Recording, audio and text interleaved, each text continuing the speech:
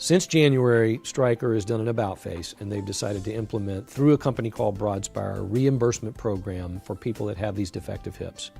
The Broadspire program will pay for out-of-pocket expenses, deductibles, and copays for those people that have insurance for the workup that's necessary to determine if you are having a problem, and for revision surgery if necessary, along with lost wages.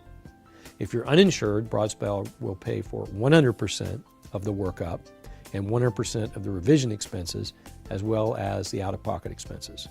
The biggest question clients have for me is, if I go to the Broadspire program and I engage in this claims process, does that mean my case is over? I'm giving up my right to pursue my case. The answer to that is absolutely not. You still have a case. We will pursue it on your behalf. And that is for all of the other consequences of this. All of the pain and suffering damages, all of the long-term wage loss, the permanent wage loss, all the disability, all the disfigurement, and all of those damages. Your case lives on even if you accept the Broadspire payments. Some people think that because Stryker has entered into this process where they will pay for people's out-of-pocket expenses, that that's an admission of fault. It is no more an admission of fault than the fact that Stryker recalled the device. In a court of law, often that is not even admissible.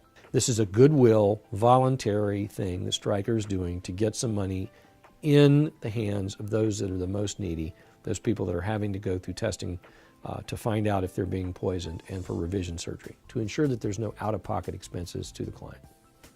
A lot of these patients had just had the surgery to put the device in a year ago and paid large copays and deductibles. Some people saved for years to have the original device put in them.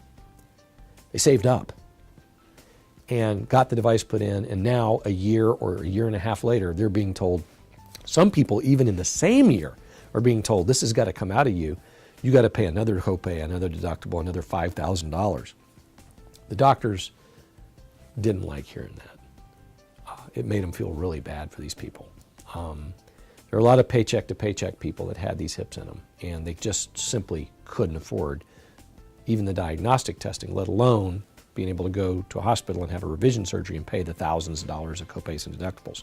So now they have a poisonous hip in them that's been recalled. They're symptomatic, their hip hurts like crazy. The doctors are looking at MRI scans that show tumors growing in the hip, the cobalt levels off the charts, elevated, and the person can't afford to have revision surgery.